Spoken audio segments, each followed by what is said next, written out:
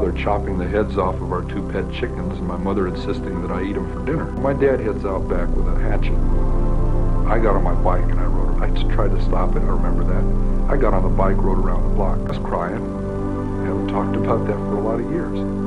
I'm sure that may have implemented something. That may have gotten something rolling along fantasy lines, but it took a lot of years of development along those lines to really get off.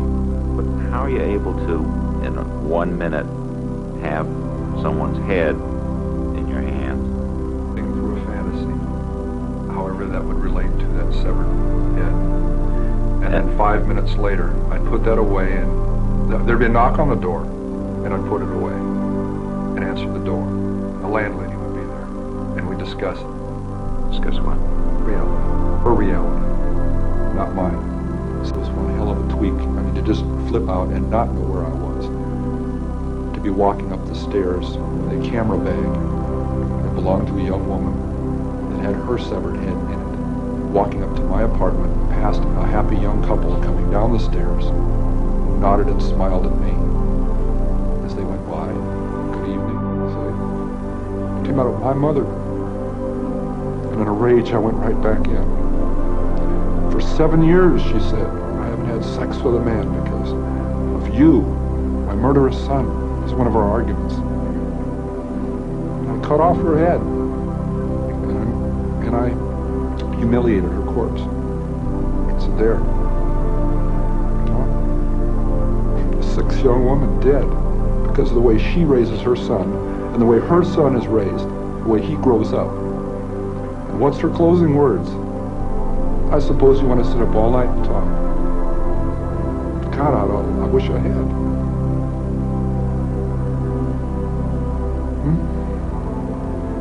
Your grandmother and her daughter-in-law, your mother, were two women very important in your life, and you killed them both. Could you say what they were like that led them to the same fate? The same thing that kept them from ever being friends. They were both aggressive, matriarchal women. Get in a car with somebody at that time. She judged me not to be that guy. I didn't look like it. It was getting easier to do. I was getting better at it. I was getting less detectable. I started flaunting that invisibility, severing a human head, 2 of them, at night in front of my mother's residence, with her at home, my neighbors at home upstairs, their picture window open, the curtains open, 11 o'clock at night, the lights are on. All they have to do is walk by, look out, and I've had it. Why did you keep the heads? Why did you cut them off, and why did you keep them? Something out of my childhood. I can put it on an incident. I mean, my father chopping the heads off of our 2 pet chickens and my mother insisting that I eat them for dinner. You know, we could say it was something that simple. I don't think it was. Now, my dad heads out back with a hatchet. I got on my bike and I rode it. I just tried to stop it, I remember that. I got on the bike, rode around the block. I was crying. I haven't talked about that for a lot of years.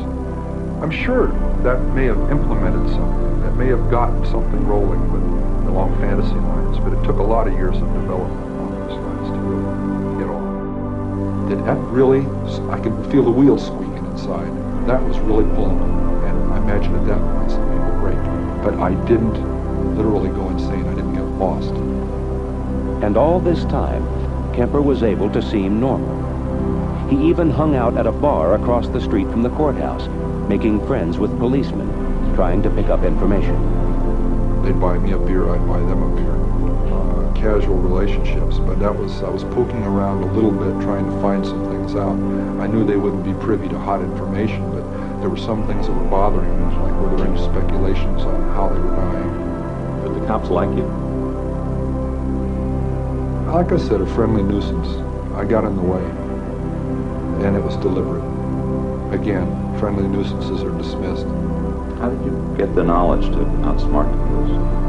Watching television, believe it or not. Joseph Wambach, police story. Got some tremendous insights into not just the gimmicks, the actual things, the tidbits that you pick up from their procedures, but the mechanics behind it, the logic behind it, was I would not allow myself to walk into even a potential trap.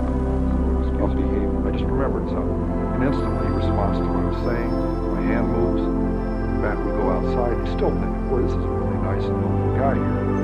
Some of these people do what you and I do to become better killers. They practice their trade. Kemper stopped himself toward the end of his career.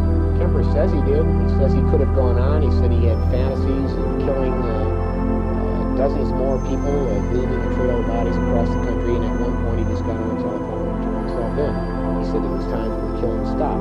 In his case, he said publicly that it was his mother that he was killing all along. And when he killed his mother, that was the end. It's a very deep psychological observation from himself, and it made me very angry. In the springtime, it was April. For 2 months I hadn't killed. I said, it's not going to happen to any more girls. It's got to stay between me and my mother. And it's got to, I can't get away from her. We're still fighting. She's still belittling me. She's still like a puppet on a string, and I entertain her. She knows all my buttons, and I dance like a puppet. She's got to die, and I've got to die. Or girls like that are going to die. And that's when I decided I'm going to murder my mother. I knew a week before she died I was going to kill her. And she went out to a party. She got soused. She came home, went to sleep.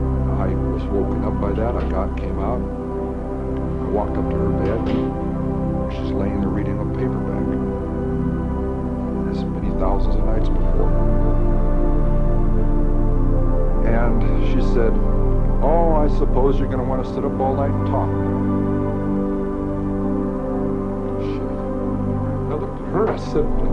I said, good night.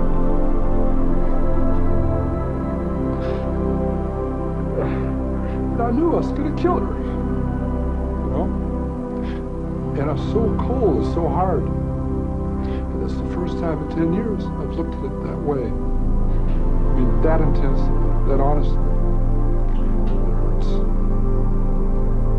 Because I'm not a lizard, I'm not from under a rock. I came out of her vagina. How am I doing telling you that? I'm someone who has been a murderer for almost 20 years. Can you say how many people might be doing crimes like you were doing? It would be a guess, but it's far more than 35. Isn't that impossible in this society? It happens. There are more people. He didn't give up. She didn't give up. He did. Came in out of the cold. And what I'm saying is there are some people who prefer it in the cold. But people say, Nice guy. you like Kemper? I like Kemper. You were able to appear like an ordinary person, non-threatening to... I lived as an ordinary person most of my life, even though I was living a parallel, increasingly sick life, other life. The victim let me back in the car, locked myself out. She opened the door for me. My gun was under the seat. What the hell am I doing telling you that? Am I looking, am I a masochist? Am I looking to be tormented further? I'm trying to show you just how awful this got, how commanding these were murders. Strong, patriarchal women. I still loved my mother. It's hard for somebody to comprehend that you murder your mother through love. It isn't a rational process. It's a very painful process. It isn't rational.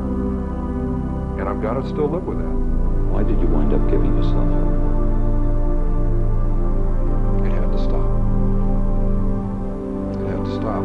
Once my mother was dead, there was almost a cathartic process at that point. I got physically ill right then. When she died, I murdered her. And once she was dead, there was no way I could back out. I had backed down from giving up 1,000 times.